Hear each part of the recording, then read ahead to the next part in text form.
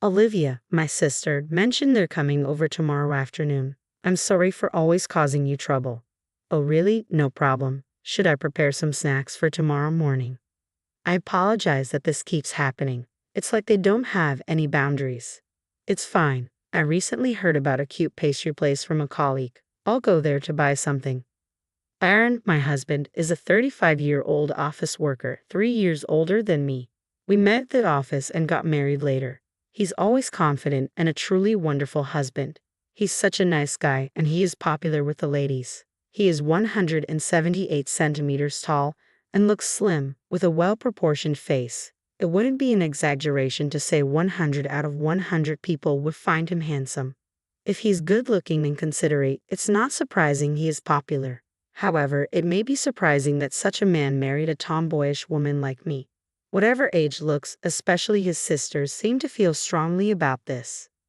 Aaron, look, I got the recipe from my shop and made this myself. Wow, you cooked this. That's a surprise. You've never cooked before. Great job. Isn't this cool? I will enjoy it with Olivia later. Aaron, guess what? I've been getting a lot of praise at my new job. They say I'm good at what I do. Amelia, it sounds like things are going well for you. It's great that you're being recognized. You're doing an excellent job. The two sisters-in-law, Emma and Amelia, truly adore their brother, my husband. Even when they visit our house, they don't show much interest in me. It's tough with both of them always clinging to him and calling him Aaron. However, their deep trust and pride in him show how reliable he is. I found it in dealing with Olivia. Your bangs look weird. They're split in the middle. You should fix it. Really? Is it that noticeable? As the wife of my brother, you should look presentable. Wow, you're always so strict with looks. Afterwards, Emma kept pointing out how unsuitable. I stand by my husband, refusing to succumb to the sisters' attempts to force agreement. Despite their insistence, my kind and wonderful husband never once aligns with them. You two don't truly understand Olivia's good side, he always asserts with absolute conviction. Suddenly, Emma and Amelia, looking displeased, retreat home. I'm sorry for always putting you through this, Olivia. It's because I've spoiled them. My husband apologizes, as he often does. They always end up being rude to you. After her sisters depart, my husband offers his comforting presence, a consistent source of solace. That's the kind of husband he is, which is why he's so attractive, I muse inwardly. Furthermore, he excels in his career, showcasing remarkable talent week after week. The following week, we embark on a visit to his parents' house to celebrate my mother-in-law's birthday. A mere 15-minute drive separates our home from hers, with an MTA station and the city's main shopping area in between. For her birthday gift, we opt for a beautiful sweater. My active mother-in-law frequents the gym, enjoys dining out, and relishes travels with friends. During our shopping trip, my husband accompanies me, admiring the chosen garment. It looks lovely, he remarks, reinforcing his support and appreciation. When we gave her the present, she was thrilled. Thank you as always, Olivia. This is so lovely. My friends are throwing me a birthday party next week, and I'm thinking of wearing it then. It's great. We always appreciate you, Olivia. My mother-in-law and father-in-law always acknowledge and respect me greatly. When I decided to marry my husband and first met them, to be honest, the atmosphere was a bit awkward. Both of my in-laws seemed to have stiff expressions and I felt a distance, which made me uneasy. I later learned that my husband had once considered marrying another woman 8 years ago and had introduced her to his parents. However, her attitude towards her potential in-laws wasn't good, and it became clear through discussions that she was only interested in my husband's looks, and eventually, the marriage was cut off. Therefore, initially, my in-laws were concerned that I might be another woman who was only interested in their son's appearance. However, after a while, my in-laws seemed to be reassured that I'm not interested only in his looks. Now, we have built a very good relationship. Aaron, you're here. Emma, who had just finished her part-time job, came home. Aaron, there is something. I want to tell you, I've decided to get married. Really? Congratulations, Emma. While I was surprised to hear about Emma's decision to get married, I noticed that my in-laws looked worried. She's going to marry a man from the restaurant where she worked part-time. He is 40, 12 years older than her. I thought my in-laws were concerned about the age gap, but they were actually worried that the man seems to have no savings. Despite their warnings, Emma insisted he is wonderful and kind, perhaps even resembling her brother, and that she can persuade him to start saving money. Even though Emma feels that everything is fine, it seems that the in-laws are not so easily convinced. My husband seemed to understand the situation and said, "Is that so, Emma? Is he a good person?" He listened intently to her story about him. 2 weeks later, my sister-in-law visited our apartment again. We had dinner ready for them since they were coming in the evening. As we all enjoyed dinner together, my husband said, "This hamburger steak is one of Olivia's specialties. It's so delicious, right?" I immediately reacted with apparent annoyance. "It doesn't seem like a big job. I can cook this too. Don't act like you're a good chef, Olivia." Exactly. Making hamburger steak is too easy. Despite this, the topic turned to Emma's impending marriage. "Emma, don't you think it's a bit too soon?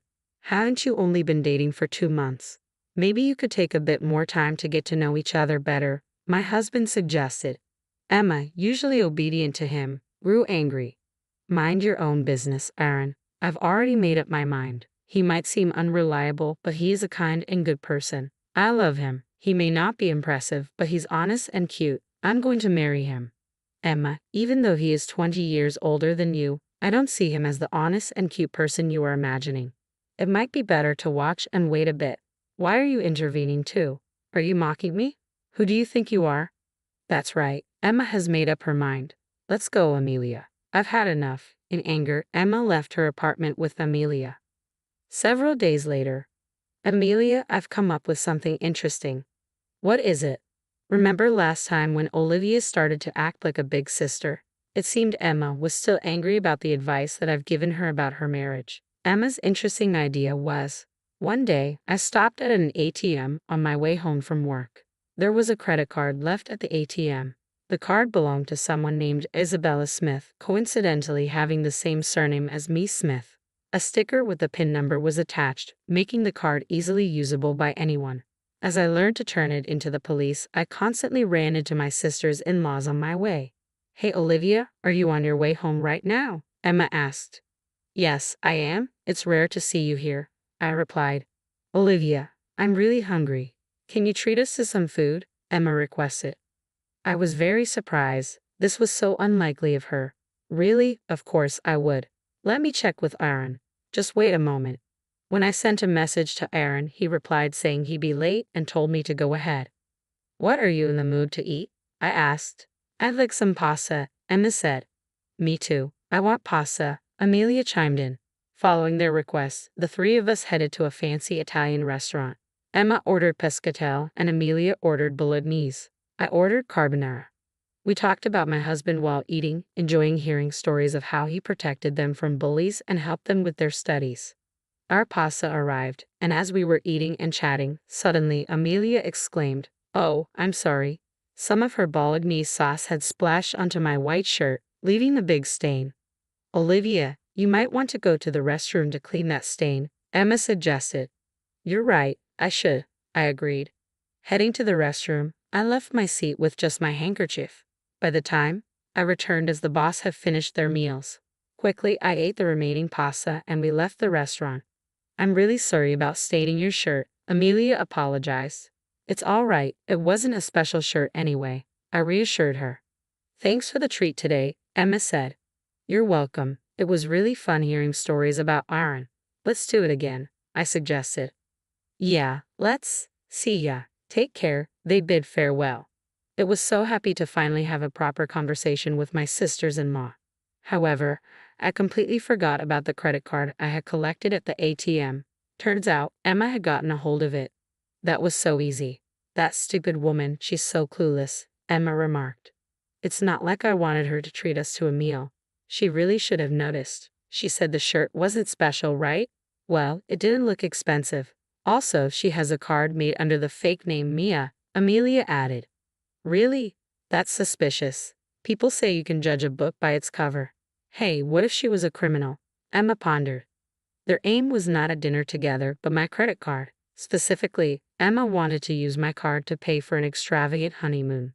However, I did not have a credit card. But that evening, Emma booked her honeymoon to Hawaii using the card. I discovered it was an extravagant plan involving a stay at a luxury hotel. The following month, I heard from Aaron that Emma got married without the ceremony and left for her honeymoon. Emma kept talking about marriage, but I thought she was just dreaming. I wonder if she is alright. I have a feeling there's something off about her partner. While having dinner with my husband, I got a call from Emma. As soon as I answered, I heard an extremely excited voice say, "Thanks for the $30,000 gift." "Wait, Emma, aren't you on your honeymoon in Hawaii?" I asked. "That's right, I'm calling from Hawaii right now," she exclaimed. "Sounds like you're having fun, but what do you mean by a $30,000 gift? I paid for this entire animal with your credit card, so you will have to cover the church," Emma revealed. "What do you mean? I used your credit card to pay for everything," she confessed. "What? I don't have a credit card," I exclaimed. "Huh? I thought this card was yours," Emma replied, confusion evident in her voice. After a while, Emma returned from her honeymoon. She was questioned by Aaron and the in-laws for the details, and she eventually spilled the beans.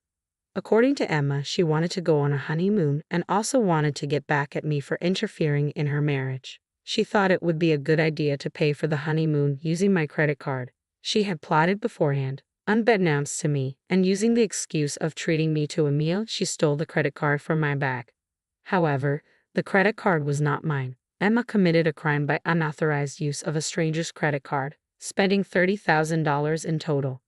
This is a serious issue. We contacted the credit card company and tried to negotiate a settlement with the owner. Surprisingly, the credit card owner turned out to be our relative, Isabella. Considering the family relationship, we thought the settlement would go smoothly. However, this particular relative was quite eccentric. For some reason, she had a grudge against my mother-in-law and was not someone who would easily forgive us.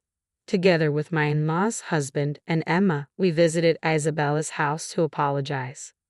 I deeply apologize for what Emma has done. Of course, we will immediately return the $30,000. Isn't this an unauthorized card usage? Doesn't she know that this is a serious crime? Of course, Emma always acts without thinking of the consequences, and this time she used $30,000. We are truly sorry. Give me a reason why I shouldn't go to the police. Forgive her. We're family, right? A crime is a crime, whether we are related or not. It doesn't matter. Also, will Emma herself repay the $30,000 she used without permission? Emma is a part-timer with no savings, so I will initially take on the responsibility of repayment. Do you think just repaying the money will resolve this? Don't joke with me. The discussion between the father-in-law and Isabella didn't progress and ended up dragging on, finally deciding to discuss it again on another day. Later, on the third visit, Isabella finally agreed to the father-in-law paying the $30,000. Moreover, she then demanded an additional compensation of $5,000. The father-in-law complied, even with this unreasonable demand, and transferred a total of $35,000 to the end account. Subsequently, Emma ended up owing $35,000 to her father. To ensure she wouldn't default, a legally valid promissory note was also prepared. Emma's husband, who went on a honeymoon to Hawaii with her, disappeared as soon as he found out about Emma's debt of $35,000. To protect himself, he initiated a divorce and fled from his newlywed wife, Emma. Moreover, he quickly started living with another woman before the divorce procedures were even finalized. He is a 40-year-old man who is 12 years older than Emma, without any savings, and can hold a job, but apparently he had a way with the ladies. Emma married him, being charmed by his unreliable yet cute demeanor. I do feel a bit of sympathy for Emma. Furthermore, Emma is the same age as Jacqueline, who is the daughter of Isabella, the owner of the credit card. They went to the same school from elementary to high school, but they were in different classes and had a competitive relationship rather than a friendly one. Jacqueline spread the word to their classmates. Emma is a criminal with a debt of $35,000. Watch out for her. Be careful with your wallet. Consequently, even Emma's old friends started distancing themselves from her. However, after these events, Emma's attitude towards me changed. They used to be competitive with me, but they have slowly started to respect me, and they plan to visit my house again tomorrow. They want me to teach them how to make hamburger steak.